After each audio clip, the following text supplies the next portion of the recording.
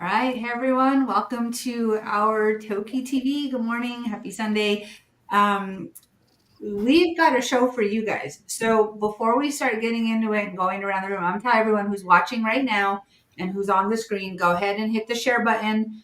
People are going to want to hear today. We're going to be talking about years and years of research, and this is going to be an interesting one. So, our beloved southern resident killer whales that we're all advocating for and have been. We're going to hear from Brad today, who has spent lots and lots of time with them. So go ahead and hit the share button. Let's get this shared on your groups. Let's go around the room real quick and check in with everyone. Marcia, how are you today? Good, hanging in there. Happy to be here, and can't wait to hear what Brad has to say. It's so exciting. So yeah, We were really getting into it even before we went live, and we were like, "Whoa, hold on! Everyone's going to want to hear this." So it's going to be a good one. It's going to be a good one. Randy, how are you today? I'm doing good. Doing good. It's nice and sunny here in Southern California, and just really happy to be here and excited to hear about everything whales. Yes. Peggy Oki, where are you? How are you? Oops, I have you muted. I'm sorry. Go ahead. Hi there. I'm still in New Zealand and preparing for a big event 13 days from now for the critically endangered Maui dolphins, of which there are only 48 left. So but I'm looking forward to it. It's going to be an art installation interactive event, educating people about these dolphins and also offering an action item. So, yep. Awesome. Thank you. Awesome. Thanks for all you do, Peggy. Deb Cruz, how are you? Yeah, thank you, Peggy, for everything. Yeah. I'm hanging in there. I want the conversation we were having to continue. I'm gonna get into it. So I'm looking forward to this. Yeah. Awesome. Let's check in with Howard. Howard, any local news, and how are you? Well, the whales are out there. They're, as usual, in the possession triangle off Edmonds, as well as in Bellingham Bay, and the gray whales are digging up the muck in Saratoga Passage. So all's well in the whale world around here.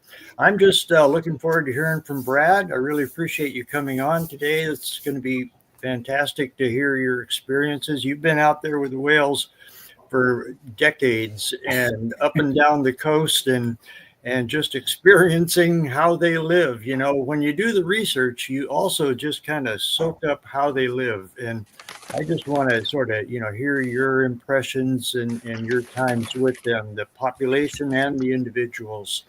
So looking forward to it. Thanks for coming on. Yes. Thank you. Let's welcome Brad Hanson to the show. He's a wildlife biologist with NOAA's Northwest Fisheries Science Center and has been for a while, and so much more, I'm sure. So much more to you than just that. But Brad, welcome to the show. Thanks for being with us. Thank you so much. I really appreciate the invitation. And like I say, I talk about killer whales for hours. Well, good. We're looking forward to that. And you have a lot to talk about because you've been doing this for some time. If you can kind of start us just when you got into this work, when did you start getting work? It's been a big journey, but if you can kind of take us through it, that'd be awesome. I'll give you a Reader's Digest version, but I do, my research activities go clear back to 1976 with the last capture of killer whales in Puget Sound. I was involved in the tagging work. It was that time that I met Howie's brother, Ken. And I still can remember sitting on the flybridge of the boat having a discussion about how many whales were in L-pod because he didn't quite know at that time. So anyway, fast forward up through into the 1990s, Robin Baird and I did some suction cup TDR work with southern residents because we were interested in foraging behavior. And then with the listing that petition that occurred in the early 2000s, I was on the status review committee that reviewed the listing from the scientific standpoint. And then ultimately I secured a position in the research group at the Northwest Fisheries Science Center on southern residents, and I've been leading that group since 2009. That's really awesome. Wow, you were able to just do that quickly. I've done a couple of talks, so So after a while, you kind of, and you know what the flow is. Yeah, that's awesome. Let me translate a acronym. TDR is time depth recorder, right? And those That's are correct. Yes. tags. Yeah. We put them on with suction cups, and they stay on for a day or so, and then they'd float, and we'd go recover them and download the data. And it was our first real glimpse at what what the whales do when we don't see them, because they spend 95% of their time below the surface of the water. So Robin and I were really interested in trying to learn more about what the whales are doing. He was just finishing up his PhD at the time at UVic on transient killer whales, and so that was one of the aspects he was interested in looking at. And then once we figured out a way to actually put these on fairly easily, it was like, geez, they're southern residents here. We ought to go ahead and see what they're up to. Yeah. What are some of the things they're up to at night? Because I'm curious about that. I mean, the great photos and behaviors and even drones and stuff during the day, but what are they doing at night? Well, they are foraging, and they're continuing to move throughout the range. I mean, one of the things that, the tags that Robin and I used were primitive by today's standards, because all they were logging was they had a pressure sensor, so we could tell what the depth of the whale was. I mean, there was time stamped, and there was a little turbine on the top of this thing, so you could get velocity out of it, and that was about it. and then it had a radio transmitter on it, so that when it came off, basically it was pretty low tech.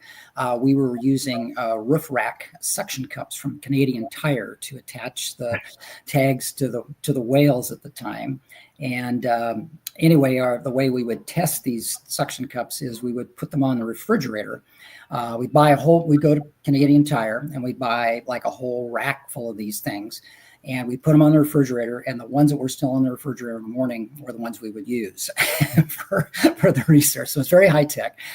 But, we got our first inkling of what was going on. And Robin and I published a paper in 2005 on that. And that really sort of stimulated my interest in trying to make sure that we could get a hold of these D tags, which is a Mark Johnson Woods Hole invention that basically is a hydrophone that's it's basically a much more advanced type of time depth recorder. It records all the sounds that whales are experiencing. It's got a pressure sensor on it also, so you know what the depth is.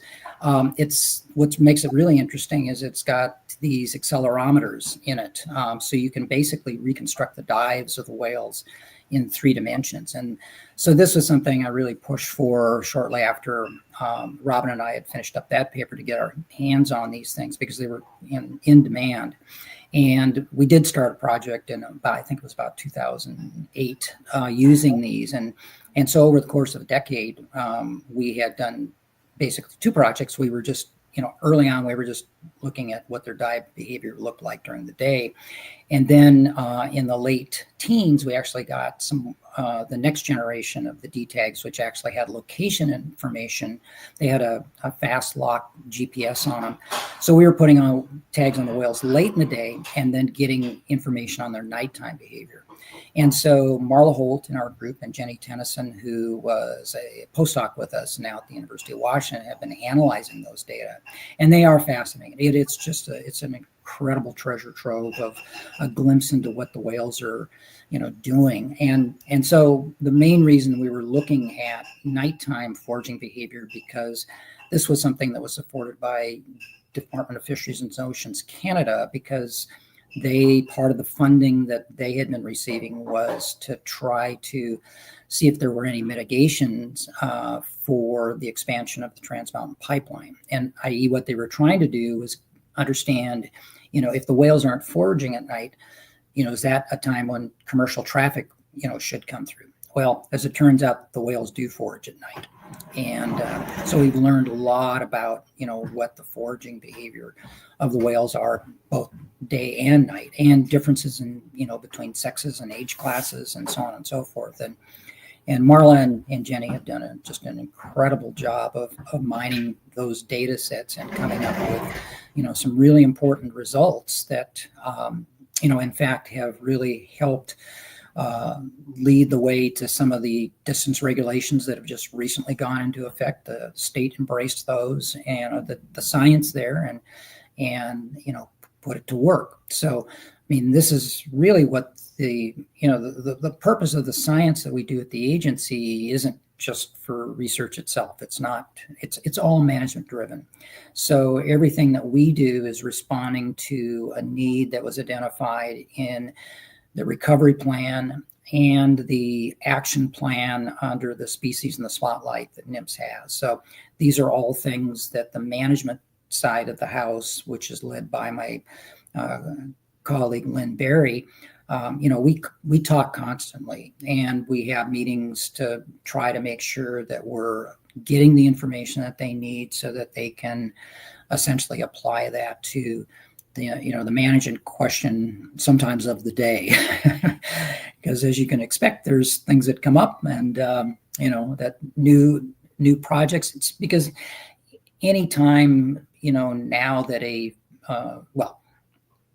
federal project has to be approved, it has to go through what's called a Section 7 process, which it has to be, reviewed by our colleagues that work with Lynn over at the regional office, and they're using the best available science. And that's our job, is to try to provide the best available science that we can.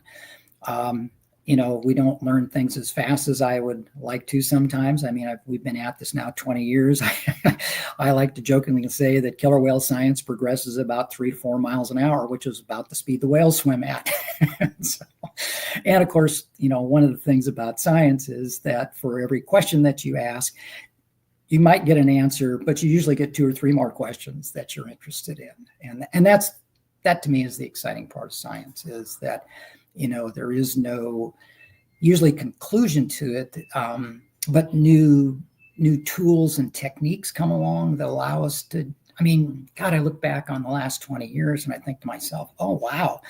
We could not have foreseen some of the things that we are doing now because of the changes in technology.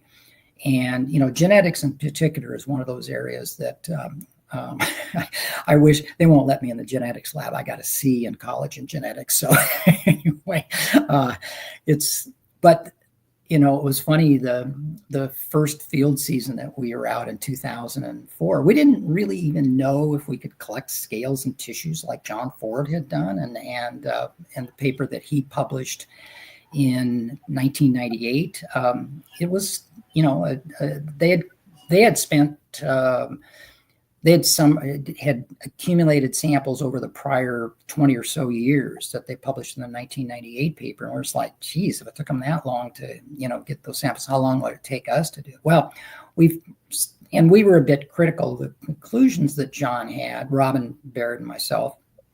But if you're going to criticize someone's science, what you got to do is you got to go out and you got to repeat that study. And so that's what we did. And we went out and followed the whales, doing focal falls where we follow behind and check all the fluke prints to see if there's any fish scales and tissue. Well, one day, and this was on the first trip was only less than a couple weeks.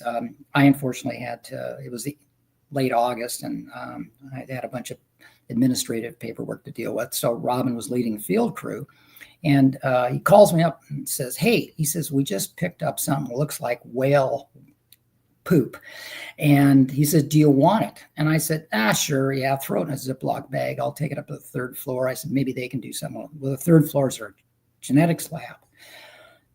And basically, since then, it's just been, oh my gosh, look at all the different work that's been going on, with Sam Wasser, Deborah Giles, so on and so forth. Now we're working with Joe Gatos at the CDOC Society, Hendrik Nolans at San Diego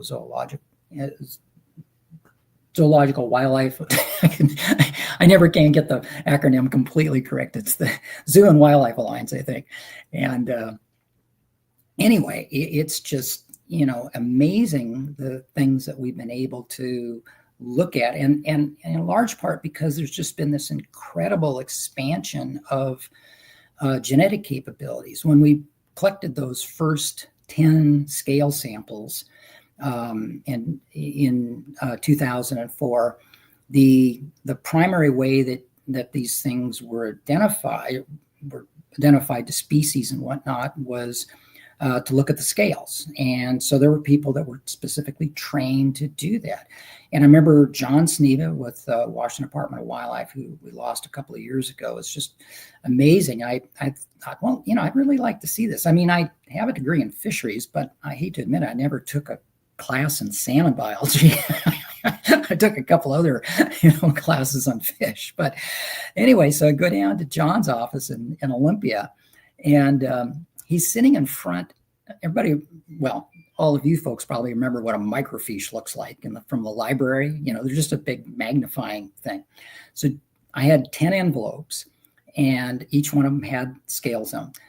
John reaches in there, a pair of tweezers, plucks out a scale, puts it on the microfiche, slaps it shut, and would look at me and go, "That's a 2-year-old Chinook." Pulls it out.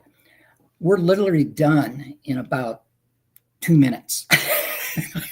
I thought this was going to be like, an hours-long process. And so I just remember going back up because I didn't really know, how this process would work. I thought, geez, how can he identify these? Wouldn't he have to study these things for hours? So I took them back all up to the lab. I gave them to Jennifer, who was our genetics tech at the time. And I said, you run every one of these, because I said, I don't believe him. Well, John identified probably close to 400 scale samples and never was wrong on one of them because we ran the genetics on all of them. So once we got the genetics run on them and they said, and John had identified them, then the next question was, well, where'd these fish come from? And, because Chinook occur all the way from Central California, their natal rivers, that is, are all the way from Central California, all the way up, into the Yukon. So there was a person at the Northwest Fisheries Science Center at the time, Paul Moran, who was working on the stock ID part.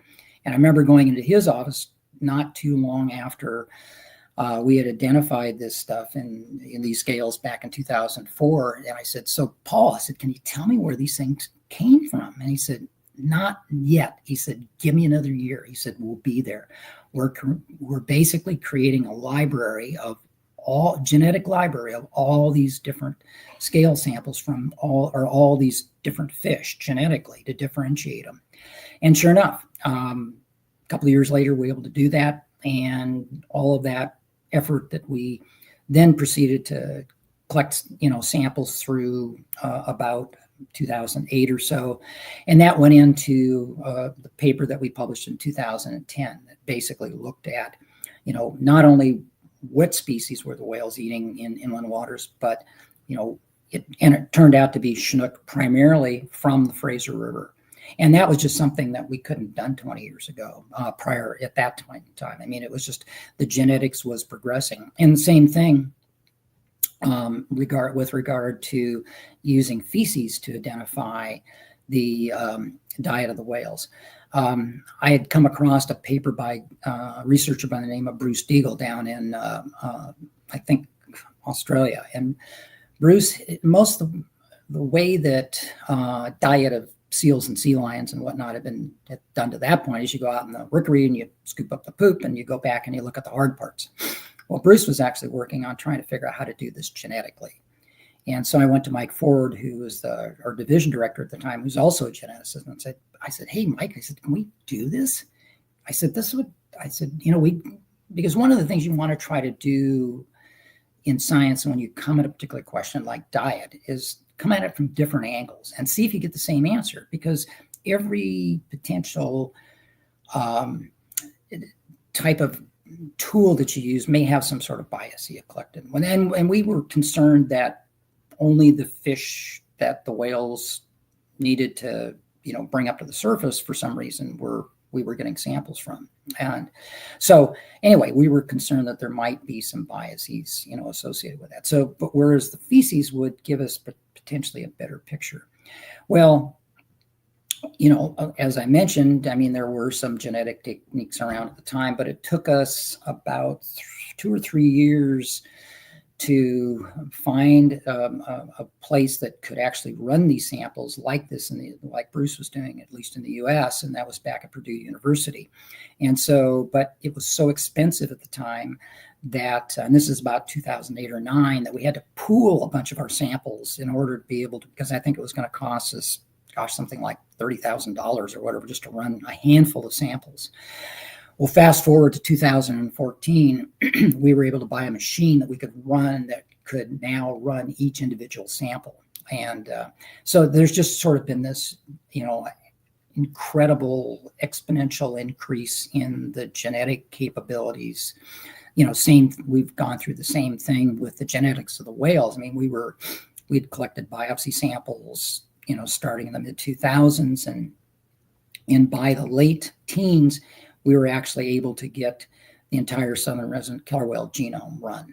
And that was based on all the research that was done back in the 1990s for the human genome. But it's just that the cost of it had come down, and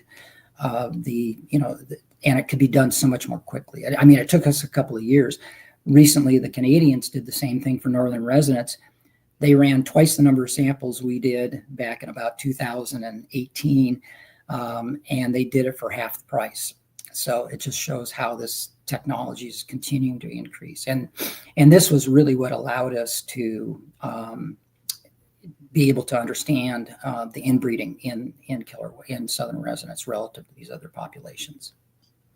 So I see a question on the screen there. Should I go ahead and just... Yeah, because Rita's and that's a good question. It was one of mine too, because I know we can... Is it mostly from the poop that we're getting that information, or? It's been mainly from the biopsies. We can analyze the fecal samples for contaminants. It's not easy to do. And the work that we've done to date shows that you get a lot of variability in these. It's kind of like the problem that we experience with hormones. You get a lot of variability in the hormone levels. But one of the things that we are focusing on that potentially could be related to contaminants and whatnot is the microbiome of the gut. And this is an area of research that we're working with a researcher by the name of David Relman down at Stanford University. And he's, again, we're sort of capitalizing on the research that's been done on humans. And so anyway, he's had a postdoc that's been working on this for a number of years.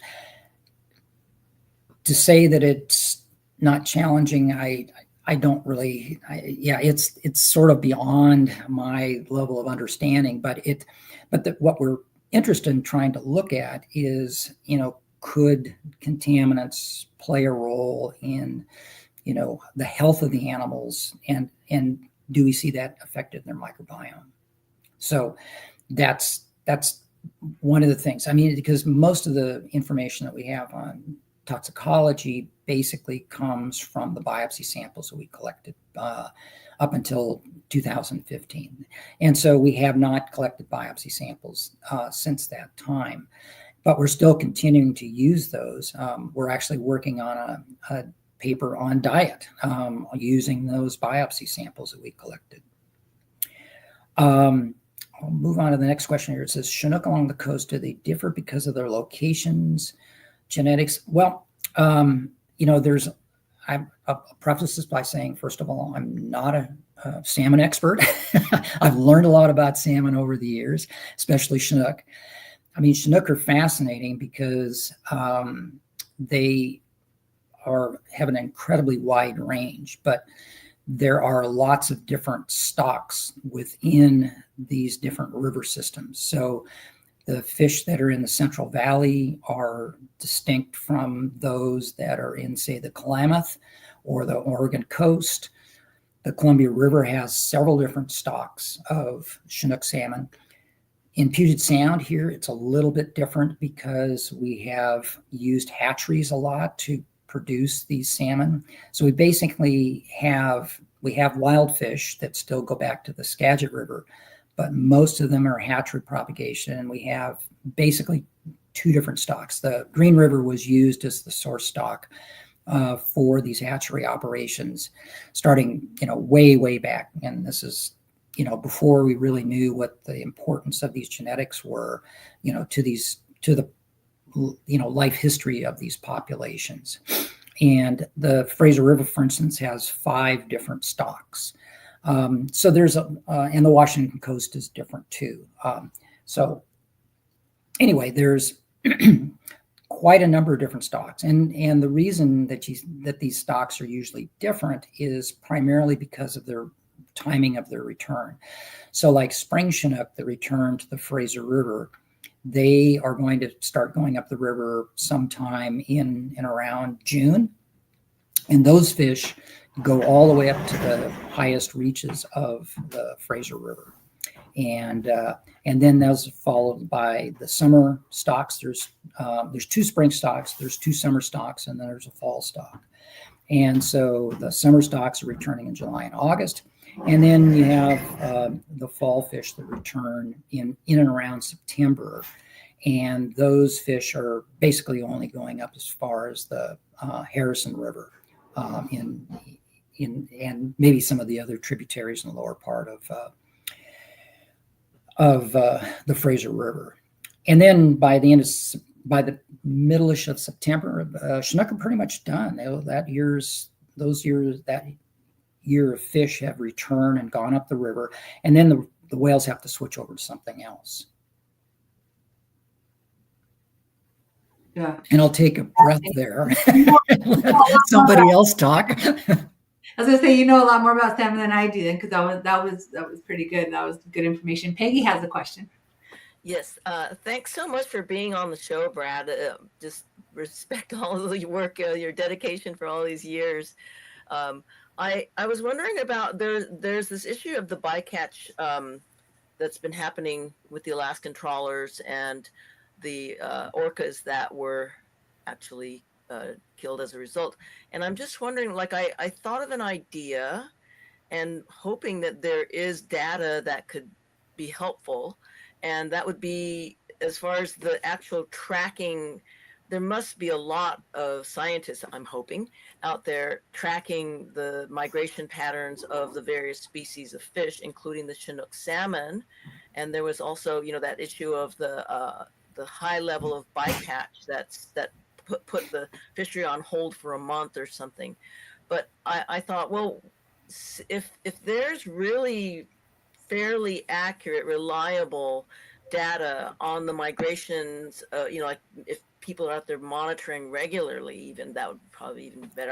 I don't know about how much variation there is in their patterns, but if there was enough knowledge about when and where the Chinook are located to alert the Alaska fishermen, trawlers, that to stay out of there, to stay away from them, and therefore that would also hopefully protect the orcas or other species that are being caught as bycatch on those species. Sure. No, Is that? you're absolutely correct. I mean, I'll tell you another funny story. So I signed up to be on the review panel in 2001, and it was headed up by a person named Peggy Cron, who was a chemist at the Northwest Fisheries Science Center. And there were some salmon people on the review panel. Robin Waples, in particular. Robin was probably one of the key people in coming up with the whole idea of these distinct population segments for the salmon listings and whatnot. And so we were going around doing writing assignments. And of course, I've been interested in diet and foraging of killer whales. So I thought, I raised my hand and said, sure, I'll do that. And I thought, how hard could this be? There's recovery plans have been written for all these salmon and so on and so forth. And of course, at the time, we didn't know exactly which salmon the whales were eating. We didn't know they were eating Chinook and others. Well, fast forward 6 months later, and I'm sitting in Peggy's office, and she's extracting sentences from me, and I have 3 file boxes sitting next to me of all the salmon literature. I'm trying to reference this stuff because the bottom line is that yes, we do know a fair amount about salmon, but where they go is one of the big black holes out there. And that continues to this day. Ole Sheldon, who's a researcher in our group, has been looking at, he's published a couple of papers recently. One of the ones, one of the stocks he's been working on are spring Chinook. And as we know, spring Chinook are, important to the whales. They're also highly endangered because the spring Chinook go to the upper reaches of a lot of these river systems. We've lost those stocks in the Columbia have been extirpated for the most part. But Ole, based on they're using catch data to figure out coated wire tags, from the hatcheries to where these fish go. But the problem is there's no recoveries. They don't know where these fish are going. There's been a lot of interest and whatnot in the Snake River populations in particular. We have collected one scale sample from a spring Chinook that went to the Snake River. And I remember talking to Robert Cope, who was a representative at the Pacific Salmon Commission at the time. And he said, "Where in the world did you collect that?" And I said, "We were literally just outside the breakers in front of Willapa Bay." I said, "It was almost too dangerous to be in there." But he says, "Oh my God," he says, "no wonder we don't know where these go, because we don't have any fisheries operating in some of these areas that, the fish might be." So, as you might expect, the whales are much better at finding fish than we are.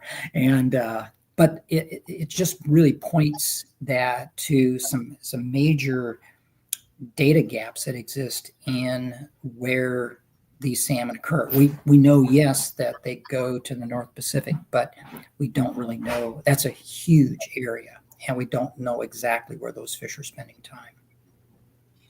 Kind of sounds like what you were saying earlier, Brad, about you get some information and it just leads to more questions, right? And Exactly. Yeah. No, that's what we're doing. But sometimes you run up against a brick wall, and the analyses that we can do are only as good as the data that are available. And trying to get, so like a lot of the data analysis that Ole has worked with, for instance, is based on this, what they call FRAM model. Well, and I can't remember what the acronym stands for, but the bottom line, it was that model was developed as to estimate indices of Chinook abundance.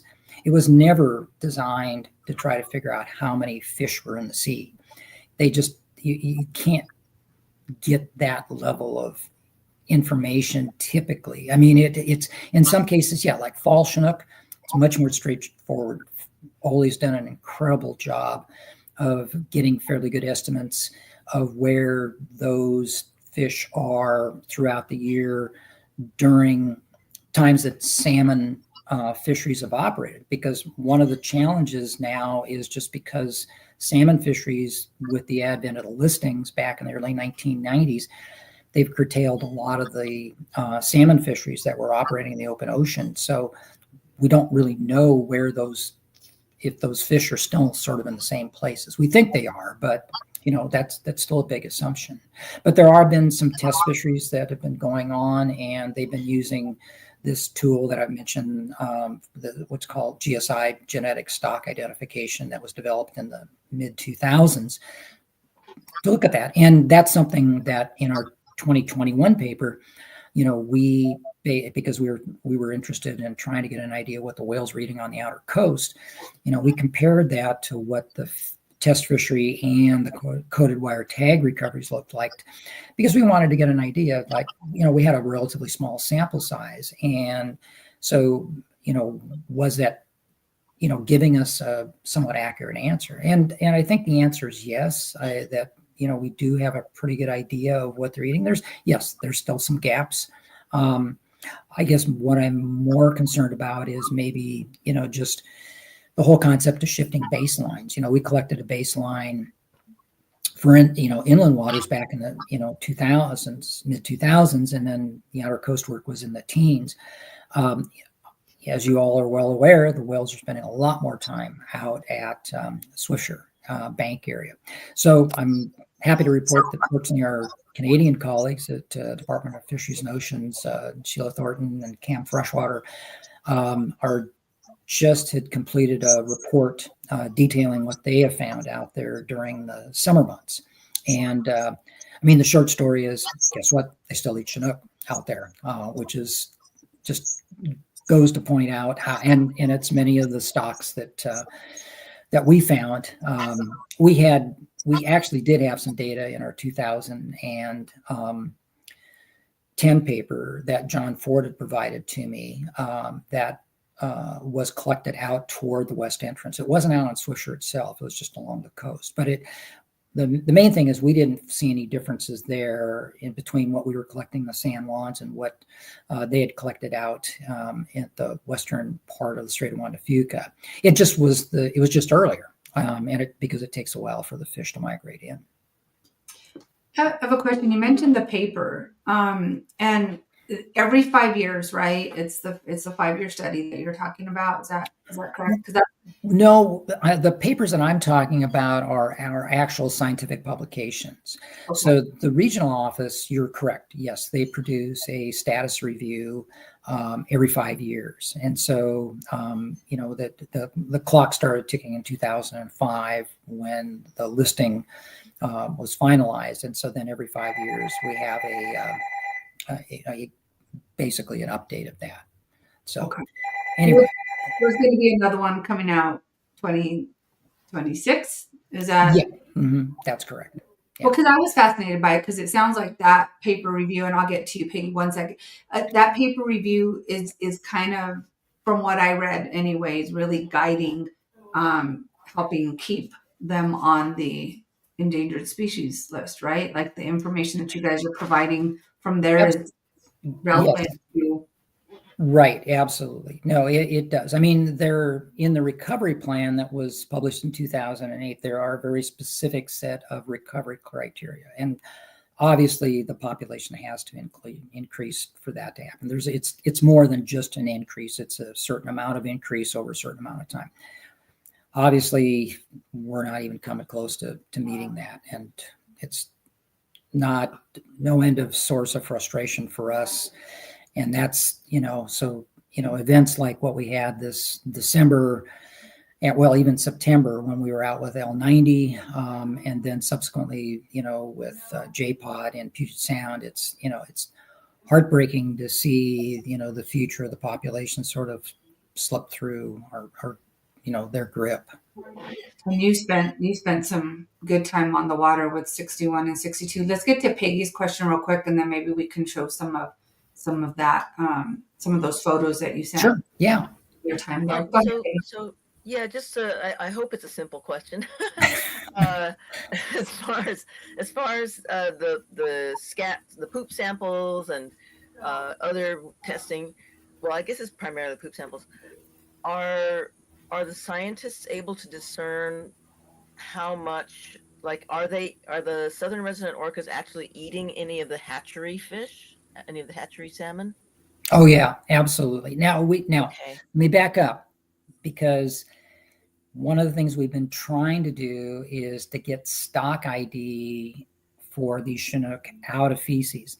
Problem is, after you run a fish through the gut, the DNA is pretty beat up, and so you need longer fragments of DNA. This is my understanding. Again, they don't let me in the genetics lab, so that you need longer fragments of DNA to be able to identify these particular stocks. So we rely on the scale and tissue samples primarily for that. About maybe 10% of the samples we've been able to, but I think we'll get there. I think it's just going to take, another quantum leap in the genetics capabilities. And that it just, I don't know, if or when that's going to happen. So did that answer your question, Peggy? Yes, thank you. Yeah, Okay. I was just curious how actually practically useful, helpful the hatcheries programs are for the southern residents or not. And I guess that hasn't quite been determined yet. Is that correct? Well, so here's the thing you got to remember about hatchery production. So as I mentioned, Puget Sound, the vast majority of salmon produced from Puget Sound are hatchery sourced. Okay. The same thing is pretty much true in the Columbia River Basin. The last free running, stretch of the Columbia is the Hanford Reach. That's the only natural spawning area that you have in the Columbia River. So the vast majority of the production that comes out of the Columbia is in fact hatchery fish. Same thing is true of the Central Valley. You have both, the San Joaquin portion that goes south, and then you have, the Sacramento goes, if I remember that correctly, going north.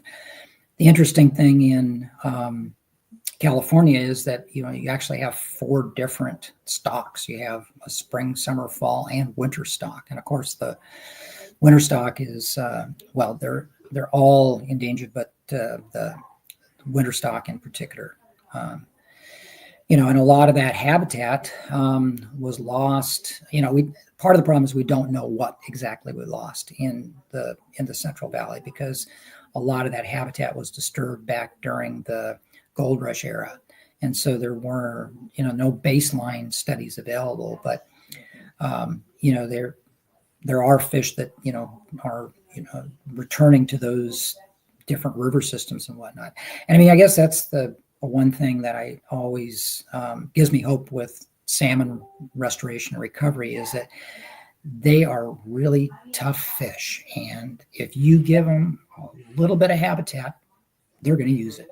And so I think that's the message I try to get across, is that I have a map on my wall that our GIS guy did for me, and it highlights all of the drainages across the western half of North America that these fish come from. And it stretches all the way from the Central Valley to central British Columbia. It's a huge swath of North America that these whales are dependent on fish from.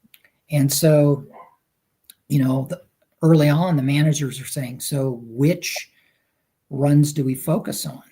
And the answer I gave was all of them. Kelly. Yeah, if I can ask a quick question, if you haven't yet, any preliminary idea about what J-Pod was eating in the Possession Triangle for those 30-some days that they were down there, October into November? We hear about chum and coho and blackmouth, but do you have the proportions? Or no? I mean, and it's the answer is, like a lot of the stuff, it will take a while. We have submitted scales and tissues. I think ironically it was last fall, to WDFW for analysis. And I don't think the samples that we collected in November and December were included. There's also a number of fecal samples, and those take a while. I mean, it's just, we have to go in and extract the DNA first, and then we get whale ID and so on and so forth. It's a process that, in a perfect world, we would be able to run it through quickly. But part of the challenge is we have such few number of samples that, in the way these genetic systems work, it costs you just as much to run 5 as it does to run 96 or whatever. So, you don't want to spend $7,000 or $8,000 to run 5 samples. You want to wait until you get more. So that's part of the challenge, is just that it takes a while. So, but I think you're right, Howie. I think, the whales are fairly opportunistic in terms of what they will eat. And I think that in the with the pattern that we typically see, and I was starting to go off on that rabbit hole earlier, was that once these Chinook, go up the Fraser River, then, this is one of the things we see is that the whales expand their range and now. And part of that is that you see them eating a lot of coho up in the San Juans in the latter part of September. They eat a lot of coho in Puget Sound in October. And then once we get that first sort of rain in the rivers, that's kind of the signal for the coho to go up the river. So once they kind of disappear, then you've also got chum salmon coming in. And the thing that's important to remember about chums is that they're the second largest behind Chinook in terms of size. So you see that. And so interestingly enough, so if you look at our 2021 paper, one of the things that we found that was really interesting was that the scale and tissue samples we collected in Puget Sound showed a lot of chum being consumed, wasn't dominated by Chinook. But what we did see when we looked at the fecal samples, and the thing is that sometimes when the whales just come in, into Puget Sound, we'll collect those feces. We saw a higher proportion of Chinook. So, I think it's really important to keep in mind that the whales are probably eating different stocks and different species in different areas. So I think that kind of answers your question, Howie. And I saw two other questions pop up and they disappeared. I'm bummed that Marcia's phone was heating up, so she had to jump off, but she's putting her questions in there because she did have a list of questions. Oh, okay. She did have a list of questions for you. But one of them was I'll ask this one last because she and I talked a little bit about, because you're talking about coho and chum, Marcia. I hope it's okay. I'm going to ask your other question. She was curious about prey sharing. There's a lot of prey sharing. Yes. But for the smaller fish, one of Marcia's questions was, do you see them prey sharing even the little fish, or are those kind of heck and go that's mine? Because they're so much smaller. Well, that's a really interesting question, and one is sort of one of the next areas that we wanted to take a look at now that we have a bigger sample size is sort of if there's any sex and age class or pod specific differences in foraging, because there could be. Now, when you say prey sharing, I always think back to we were up off of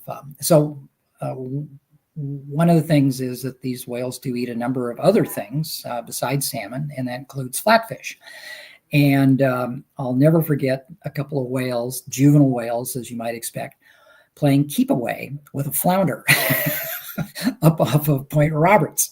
And this one whale had this fish in its mouth. So it's just that its tail was sticking out of the corner of its mouth like this, and it was turning its head away from the other whale. It was trying to grab this tail of this flapping fish that was probably about ready to go down the gut.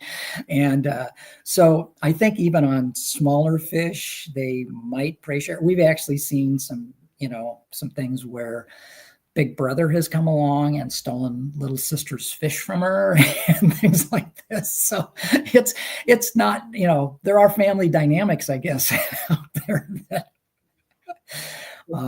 So yeah, I think John Ford made a really good case for why Chinook are important back in his 2000. He and Graham Ellis had a paper in 2006. Chinook are the biggest. They have the highest energy density. They are the perfect fish for prey sharing in that regard, because your return on investment in terms of catch is probably the same for whether it's a 16-pound Chinook versus 8-pound. So that's one of the things that, when we talk about hatchery production, it's really important to understand. So these hatchery fish that are in Puget Sound that we see the whales eating are typically part of a delayed release program, these smaller fish. So that means that the reason they delay them is so they don't range as far. And that does two things. One is that it makes them stay in the, Puget Sound Sailor Sea ecosystem longer than other fish that migrate out to the outer coast. Well, because they're in this particular ecosystem, as we know, there's lots of urban inputs of contaminants and whatnot. Those particular fish are much more contaminated than some of these other fish that the whales are eating. So there's, but a potential downside to the hatchery production question for trying to, put fish in, particularly in Puget Sound, because, these fish are going to be eating in this particular ecosystem, which just has, an underlyingly higher level of contamination. No, that was one of the questions that I don't know if there's enough data for this, but are orcas, so do we feel that the southern residents are somewhat relying on hatchery fish? Is there enough data to say that, or just that there's data that shows that they do eat them? No, I think that, we know that they eat them, and we are, the data that we have collected was instrumental in ramping up hatchery production for stocks in certain areas. And so, because I think that again, if you look at, while in our 2021 paper, we did point out the importance of hatchery fish. And we did the same thing in our 2010 paper, because that was a question that was specifically asked by our regional managers. They said, so are these whales, eating hatchery fish? It's to say that they're dependent on them. We would need to go do the bioenergetics work like Dawn Noren has done. She's done some preliminary work. I've been really wanting to try to advance that work. But it's just really hard to do, because trying to figure out the overlay of the whales and the fish, as I sort of got at before with Peggy's question, there's a lot of uncertainty in that. Ole Shelton and I have talked a lot about this. He would love to do it, but he's primarily tasked with trying to get answers to the fisheries managers about where these fish are. So he just doesn't have the bandwidth to pursue, incorporating killer whale portion into the model. So I would be reluctant at this point to say that they are dependent on hatchery fish. But when you look at the fact that they're feeding on fish from all these major systems up and down the west coast of the U.S., and I should point out that there is some hatchery reduction in the Fraser, but it's relatively limited. It's just the fall run to the Harrison, but about half of that 400 or half of that return, I've actually forgotten the numbers now, but about half of that, and it's probably in the order of like 100,000 fish or something, is hatchery production. So anyway, but the Columbia, the coastal Puget Sound, the Central Valley are all have extremely high hatchery production. So, when we found that 50% of the diet on the outer coast was from the Columbia River system, a large proportion of that has to be from hatchery fish. That has its own set of problems too, with, as far as, some of the tests that have been run with toxic chemicals in the hatchery fish, right? So, I mean, you don't have an easy job, Brad. You guys don't have an easy. Well, it's not just me. I mean, one of the things that's really exciting for me in this job is I get to work with a lot of, fishery biologists and managers. And so, I owe it to them in terms of how much I've learned about Chinook. I've also learned a lot about the challenges that they face in terms of, managing these and recovering these systems. This is something that came out a number of years ago and I really want to try to emphasize, is just that the agency has got way more people working on salmon than they do on killer whales. And it's, again, a huge swath of the Western United States. It's extraordinarily complex in terms of the, making these river systems work because they are heavily managed for a number of different things, from not just hydropower, but irrigation, transportation of, barges and whatnot, other types of commerce. And then, the whole restoration issue. I mean, we are, working to try to, shove the genie back in the bottle to a certain extent. But it's extraordinarily challenging, and it's extremely expensive to do these large scale restorations. And that's why I keep trying to emphasize that, these restoration efforts that are sort of going on a,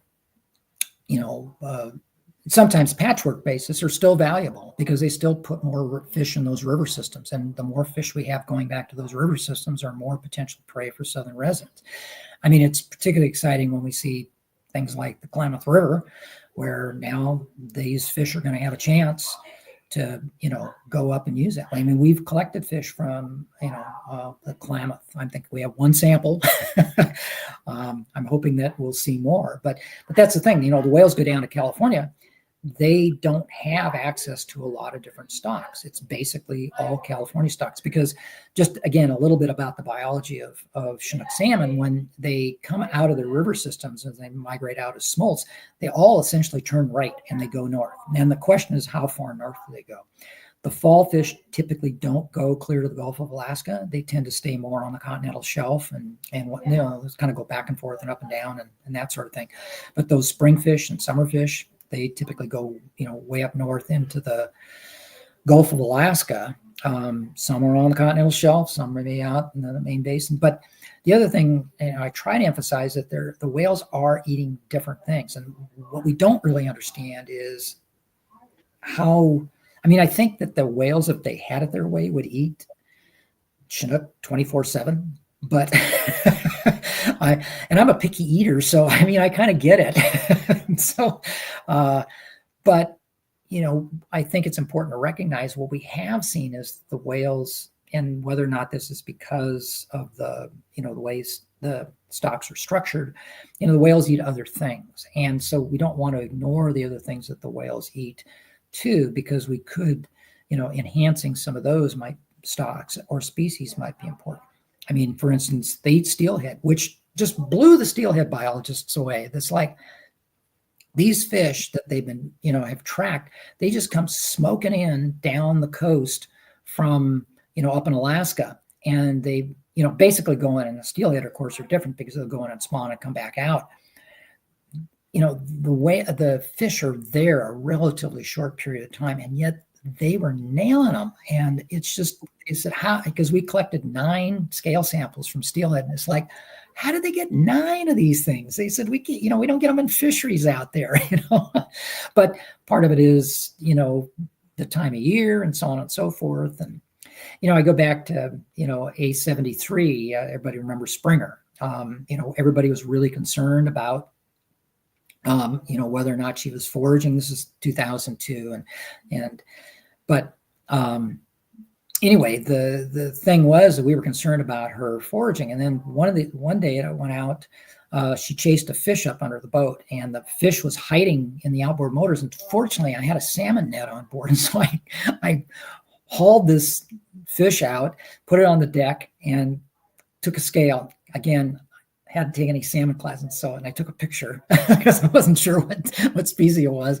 Took the stuff back to the lab. We threw it overboard, and as soon as the fish went in the water, it took off, and the whale wasn't chasing it. Well, funny part of this, 10 days later, she chases the fish up under the boat, except that she didn't wait for us to catch it.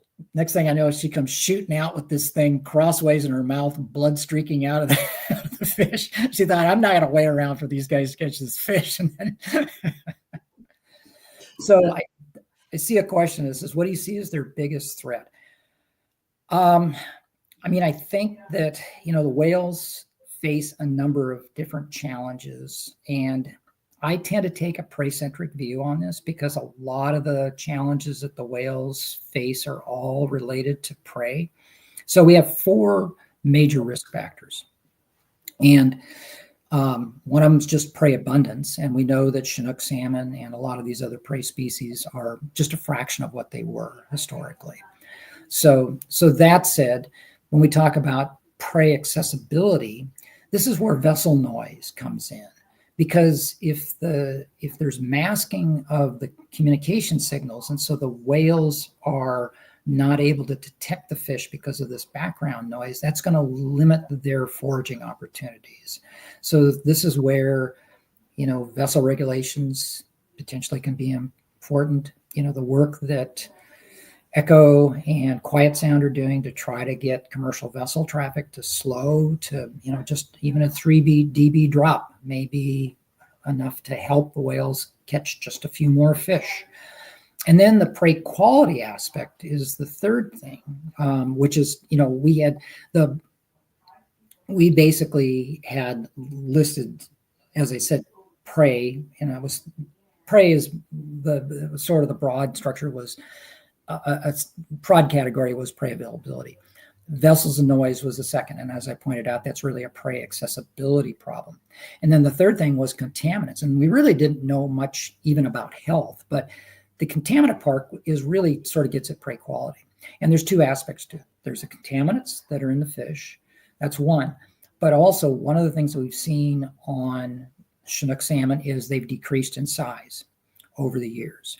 And that's a pretty substantial decrease. And so, the bang for the buck in terms of, as I mentioned earlier, catching a 16-pound Chinook, which is about the average size of fish going up the Fraser River, compared to one of these, delayed release blackmouth, as they call them here in Puget Sound, that's about an 8-pound fish.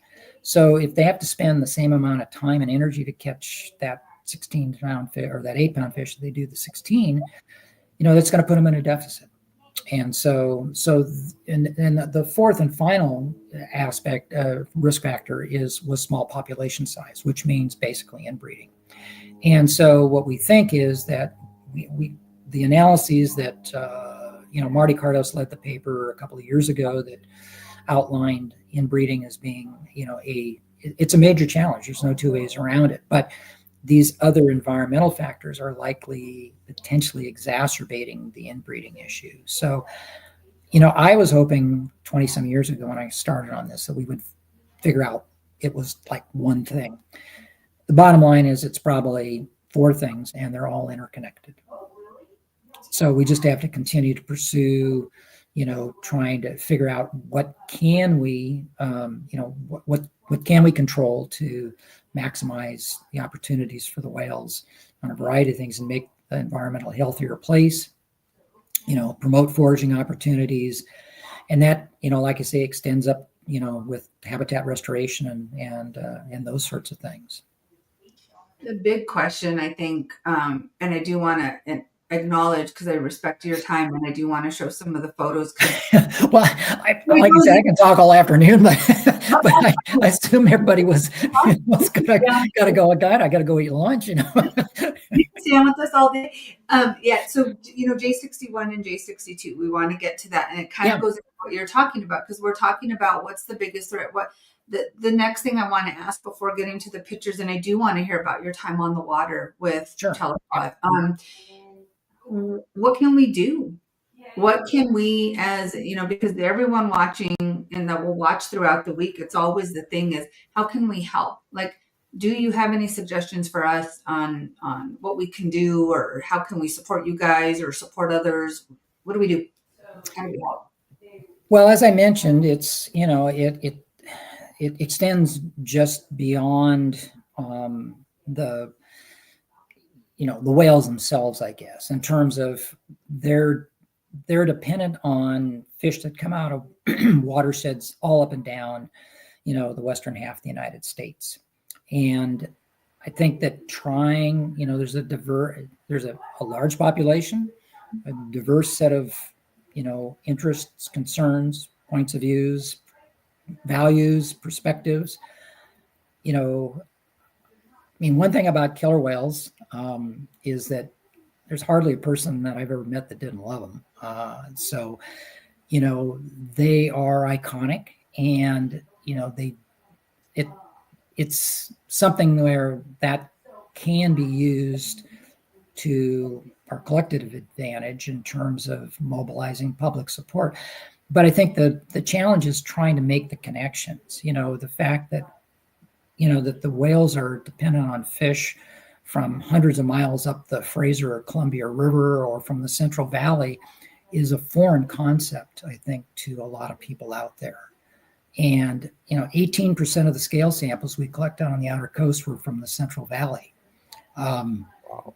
Yeah, and I still get comments from our managers saying that they have trouble convincing state agencies that the whales are dependent on fish from the Central Valley, and to the point where we are this last year we again put an acoustic recorder off of Eureka, California, just to be able to continue to document the whales' migrations down into California. But it sort of goes beyond that, because those California Chinook come clear up into Oregon and Washington. The scale samples we collected off southern Washington had fish from the Central Valley in them. So, it's, the fish lead complex lives, the whales, and this is one of the points I wanted to make in mention of earlier too. It's just that the whales have evolved to be able to efficiently move through their range, which range being all the way from Central California, the Monterey Bay area, up to Southeast Alaska. Now, obviously, they use that habitat differentially. They spend a lot of time now out at the west entrance, the Strait of Juan de Fuca. That's, our recorder data continues to show us the changes that are going on out there. Interestingly enough, it seems like they're not maybe spending as much time down near the Columbia as they used to. So, what's that telling us? I don't know yet. Candy and I are still in sort of mid-analysis on this, trying to, figure out. But the important thing is we are seeing changes, and so monitoring things long term is something that's really important to do. But I think that the public needs to make their values known, and I think that nobody's going to say they don't like killer whales. Yeah. We're over time, but I know. Okay, I was looking at it going, I'm expecting the hook to come out of. well, we're also free form, so it's up to us. Well, no, that's good. And of course, the way I talk, it's sort of Brownian motion. So Right. But I do want to make an announcement. And this is something I haven't had a chance to tell anybody yet. It just really happened last week. Up at the ranch, at the Balcom Big Salmon Ranch on the Elwha, that Ken bought in 2020 and has about 700 feet or so that is actually on the river. It spans the river.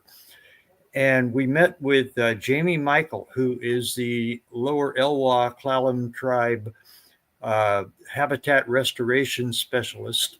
And he is in line to be their salmon biologist.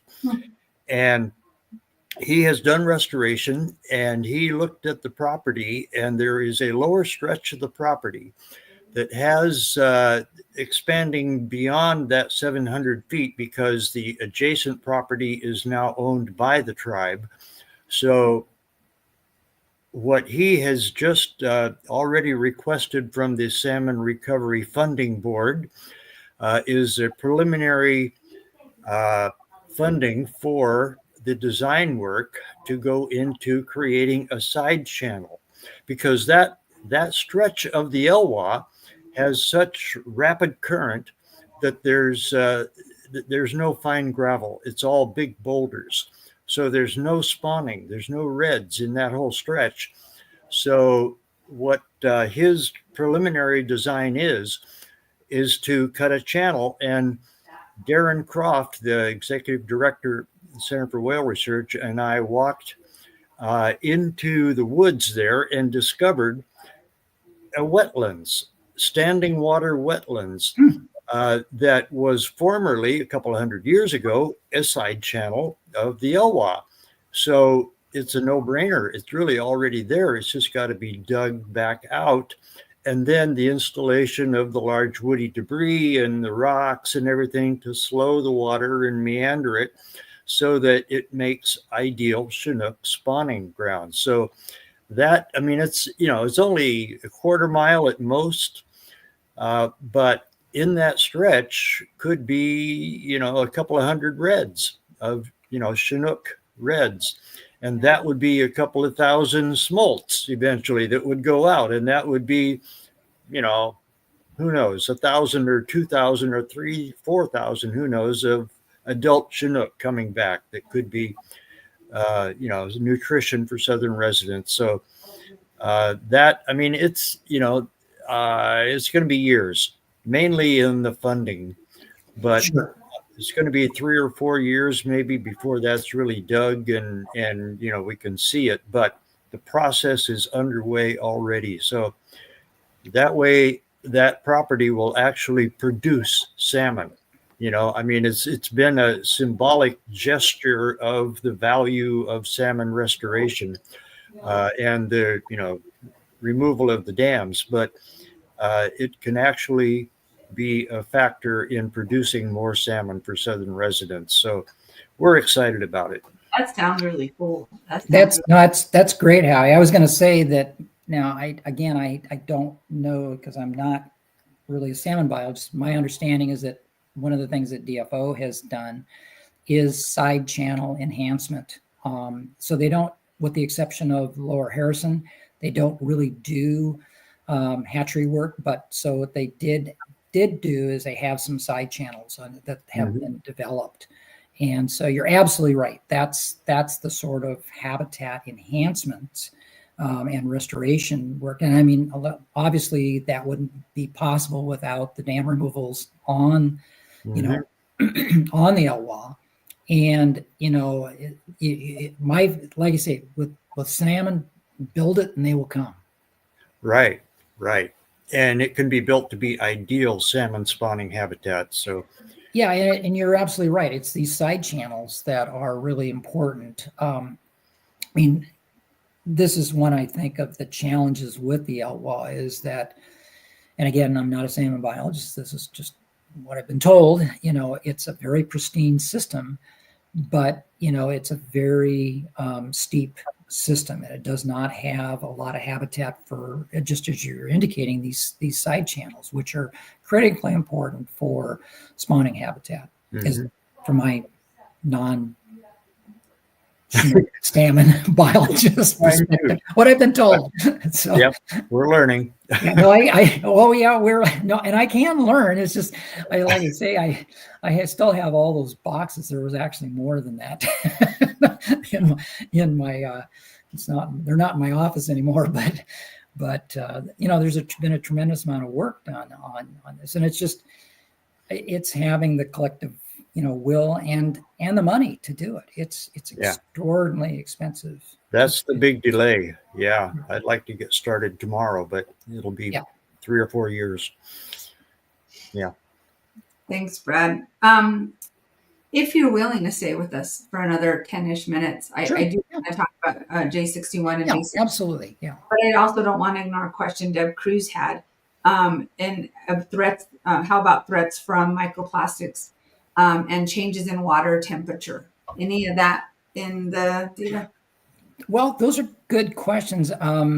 We have been taking a look at microplastics. We have seen them show up in the feces, if I remember correctly, from some of the preliminary work that's been done. Changes in water temperature it could be a couple of different ways. I mean, if obviously warmer water potentially could, different types of pathogens do better in different environments. Warmer water typically, could be a challenge for perhaps their skin, although, I mean, killer whales exist across a number of different environments. I think that probably the bigger issue is going to be salmon distribution with increasing temperatures. So that's the one I'm watching. And we have had people at our center Lisa Crozier in particular, looking at potential changes, and as well as Oli has also been looking at this in terms of, what might we see shifts in, salmon distribution based on temperature, because, the fish are extraordinarily sensitive to these water temperatures, and they're going to move to those areas to meet that sweet spot of temperatures for their physiology. All right, let's talk about and this, it's hard, but it's recent. We were all super, super excited about J61, and then our hearts were broken. You were on the water, right? Some of that footage that we're going to show, you were there. Yeah, and I was just going to preface it by saying, this is part of our fall opportunistic work. While we are still interested in diet and whatnot, we're really trying to go out there to do a couple of things. I mean, we work very closely with Michael and everyone at the Center for Whale Research. We are indebted to Orca Network for the alerts and all the citizen scientists because we wouldn't get out there. I mean, I love it. Every day I get texts about where the whales are at and stuff. And and we don't get out, as much as I love transients too, I wish I could go out and spend more time with them, because they're just as interesting as southern residents in their own kind of way. And, but it's being able to get out there on the water with them during the fall and winter months, because that's calving season, is really critical. And as we saw this year, and we've had this happen before. Mark Sears and I were out, 10 or so years ago when J31 was pushing around a dead neonate. And so documenting that is really important, because what we're trying to do is really, the challenges to the population are really, well, I don't want to say simple, but the two sort of straightforward questions we keep asking is, what is impacting survivorship and what is impacting fecundity? And neither of those have been very easy questions to answer. Fecundity is something that is just really hard to assess. Our colleagues at SR3 with their photogrammetrics, get information about which whales are pregnant. When Sam Wasser and now, Deborah Giles have been collecting information from hormone work that shows that, whales are getting pregnant, but they're also losing calves, before they're born, potentially. And then, the whole question of survivorship in general, and trying to, a lot of people say, well, the whales are starving to death. That may be the condition that it looks like. We published a paper that Stephen Rafferty was the lead author on in 2020, looking at causes of mortality in killer whales up and down the West Coast, not just southern residents. There's a lot of different reasons for the whales to die, first of all. Secondly, animals that look emaciated are not necessarily starving to death. They may have an underlying condition that's causing them to become inappetent, and they just don't want to eat anymore, or they, because they don't feel well. We go through that too. So, this is one of the reasons that I've really been trying to focus on the health aspect to understand what diseases might be in the population that are causing these animals to die prematurely. So, but anyway, that's just kind of the setup and a little bit of meandering about why we get out on the water. And we're looking to see if killer whales are born or if anybody has died out of the population, as well as just trying to collect feces for health and so on and so forth.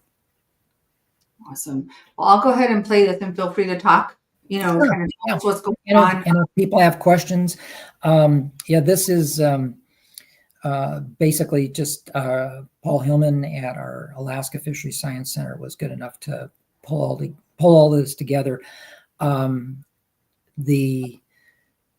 It's not the greatest video in the world, because it was shot with not with an iPhone, but just a little point and shoot video camera. So it kind of goes in and out of focus and that sort of thing. But you can get the general idea of what's going on here. You can see her now pushing the calf around. It's at this point, I think I'm trying to remember if this was the first day, because the first day that we went out with them, so, of course, these things, one of the big challenges we face during the winter months is the weather. So we had actually been out. You say this is there's no audio on this. It's just the video. So we had been out on Thursday, the 19th. And so it was myself and Mark Sears and Maya Sears. And I just want to give a shout out to them in terms of the assistance that they provided. They've been able to get out and collect samples and observations in conditions when we haven't. Yeah, this is down off of Alki. So this is about a week after we had seen the calf originally, because we had gone out on, I think, the 18th of December. And the whales, I mean, I must admit, one of the things that kind of had my spidey sense going a little bit was the whales were acting a little weird. They just were kind of grouping up and they were milling and all that sort of stuff. And they just, they were really indecisive in terms of what they were doing. I think this is J62 here. And so it was, it's kind of like, what's going on? Because last year we had a weird encounter where they went up in inner quartermaster harbor for a period of time. And I thought, what the hell is going on with that? And I really thought maybe somebody was about to calve, and we don't necessarily know for sure. I mean, somebody could have calved and they might have lost it, because one of the challenges besides crappy weather is, lack of daylight. So anyway, we had gone out with the whales one day. We'd collected some, scales and tissues and feces. And then all of a sudden the next day, Friday, my phone starts exploding with texts about around noon of pictures of a new calf.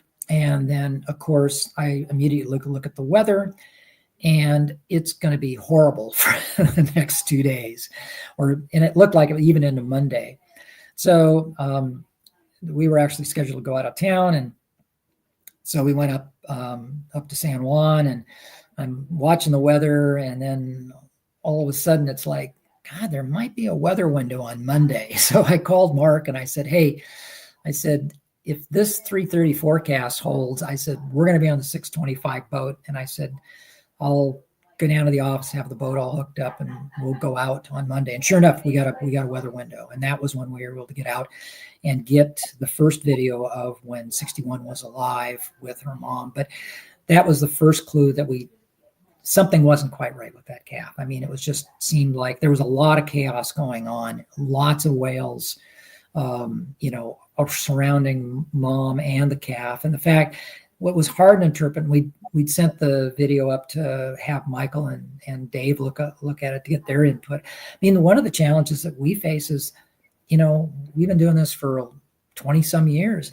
I can count the number of newborn calves I've seen on one hand. I mean, it's just, so trying to interpret what's going on is challenging. But I mean, that's part of the excitement, is we're learning something every time we get out. But there was something that, wasn't quite right with the calf. And so anyway, we were able to, I think, getting out and documenting that is extremely important. And then basically we were able to get out New Year's Eve and New Year's Day. And New Year's Eve, we didn't get close to 35, but we were close enough that we thought we saw something. And, we're trying to be respectful of the whales. And I still catch flack from the general public because they are looking through binoculars and it looks like we are right on top of them, but that's just part of the compression. But, we're typically trying to stay, 100 or so meters away from the whales and not spend that, long periods of time. But, to get good photos and stuff that we in the center can use, we kind of go in, maybe about 20 to 30, 40 meters away, try to get some good close-up shots that, are high resolution. Again, it's dark, it's raining, cameras aren't real happy, with, with those settings and stuff. So, but,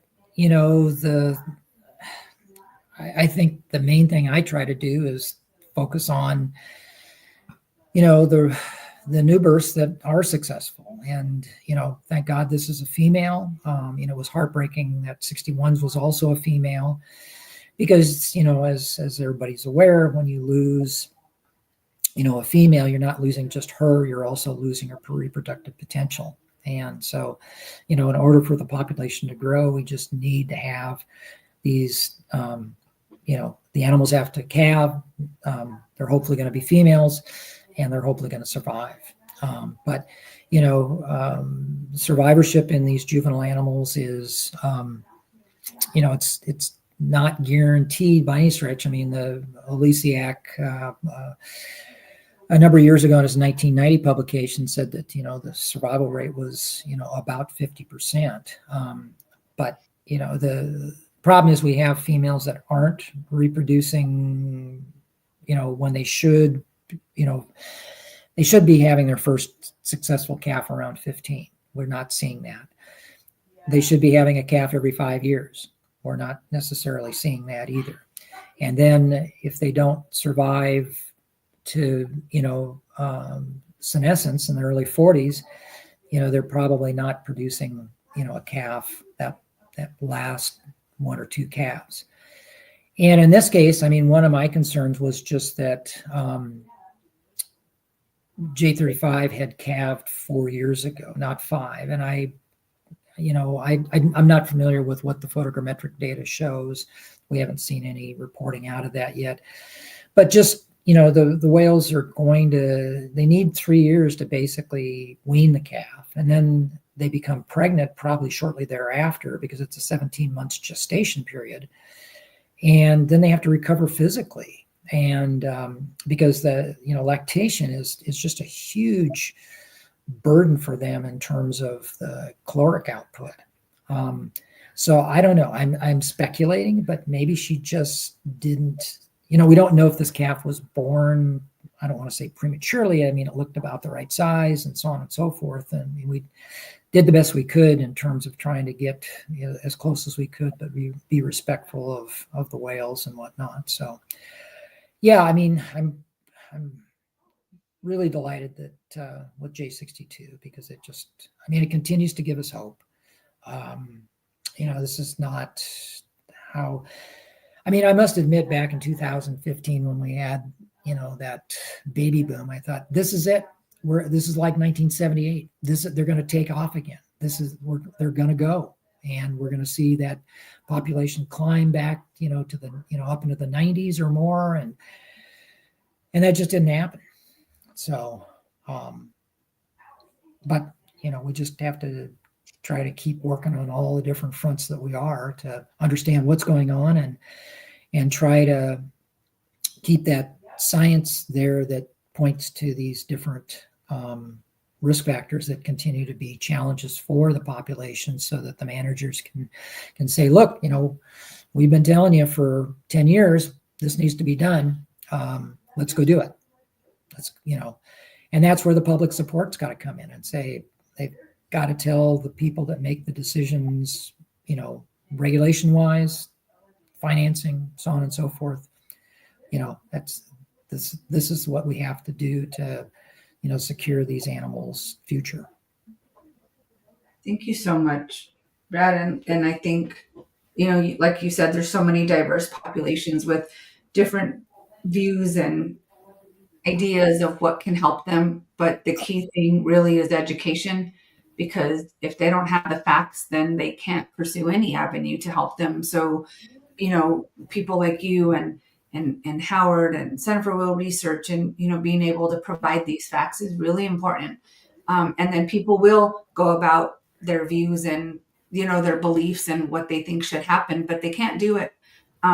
They can't do it without the knowledge, and you guys are that. And I just want to, again, give a shout out to, Center for Whale Research, Orca Network, Whale Museum, Jeff Hogan, Killer Whale Tales. I mean, it is not just us. I mean, I'm just here telling you what we do at the Fishery Service with our partners, but there's a huge number of people out there, and it's people, not just the federal government, the state. They're the ones that are responsible for the new distance approach regs. It takes a huge team of people. But, I acknowledge, I'm in a unbelievably lucky position where I get to think about killer whales all day long. Yeah. And most other folks are trying to figure out how to get the kids to soccer practice and what their job is doing. And they might be lucky enough to go see killer whales, from Alki or, from a whale watch boat in the San Juans or whatever. And that might be their only exposure, to these animals. So, it's one of these things where, I'm sure everybody here on this call has their own origin story about what sort of hooked you on killer whales. And, mine goes clear back to my childhood. So. Well, thank you, because education's key, and thank you for acknowledging all the other groups that are doing their work. Like we talked about Giles a few times throughout this, and Wild Orca does amazing work, as does Center for Whale Research and all these other groups. But you are one of them, so I do want to thank you for the information that you're sharing with us today, that we can continue to share with other folks. I'm always delighted to.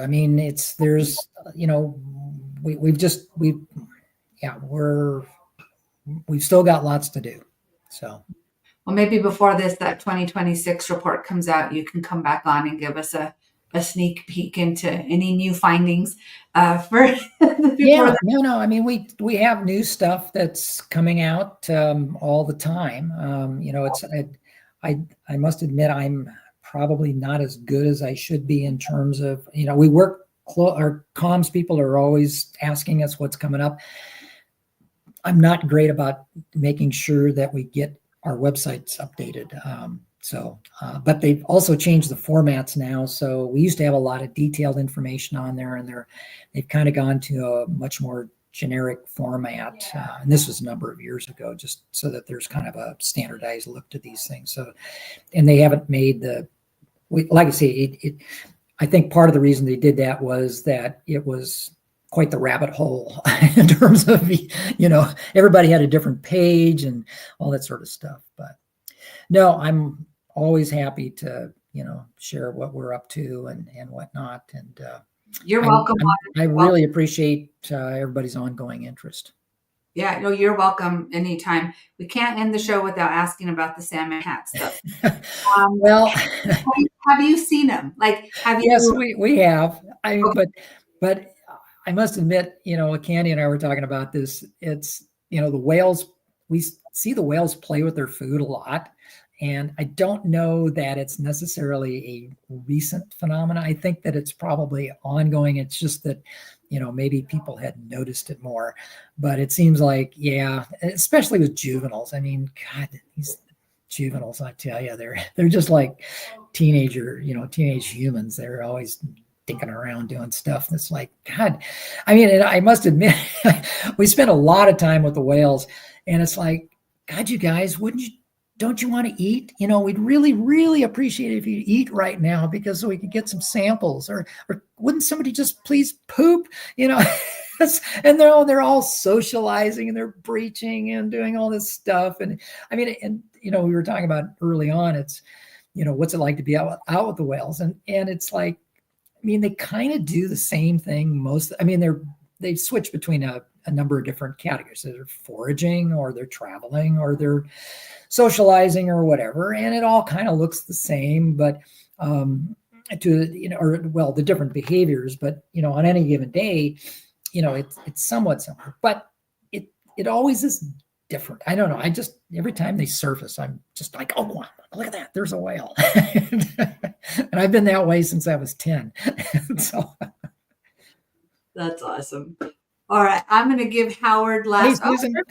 Where's Susan? I'm going to give Howard and Susan the last, and then we will let you go. Thank you for staying with us for so long, Brad. I know that's okay. It's Sunday. And, So and I I wanted love talking about killer to hop whales. in and say hi to Brad and thank you for all you've done for all the decades and this great presentation. Yeah, no. Like I say, thank you guys for helping get the word out. And So I've been in the bleachers listening. Yeah. Just wanted to say hi. And Much appreciated, Brad. Thanks for coming on. Well, Howie, thank you for getting a hold of me and suggesting this. This was great. Yeah, this is great. And I'm just going to show some B-roll as we close out. This was who was this? This is L90. I'm pretty sure, if I remember think so, correctly. yeah, in September. You're right. That is Yeah. So we were very fortunate when we were up in the San Juans that we had our team from San Diego Zoo and the Sea Dock Society on board. And so we had drone capabilities and we were able to get, a lot of this video that we, just normally, during the winter, we don't have their expertise with us. So anyway, it was, a remarkable opportunity to be able to get some information. And again, it's just, trying to, piece things together with these guys in terms of what's going on and why animals are or aren't making it. Thank you for all you do, Brad. Please come back on. Be happy to. End the show and put this on big screen. You guys can just enjoy this video, and I'll also put the link there that you can go on to the NOAA site, and they do have a lot of B-roll footage. This one is 18 minutes long. We won't leave it on for 18 minutes. However, I do encourage you to go in and watch that. So thank you again, Peggy. Thanks for being here. Deb Cruz, Brandy Howard, Marcia, Christina. I know you're watching and not able to join us today, but we really appreciate you guys and the crew for being on every week. Have a good one. Thank you. Bye, guys.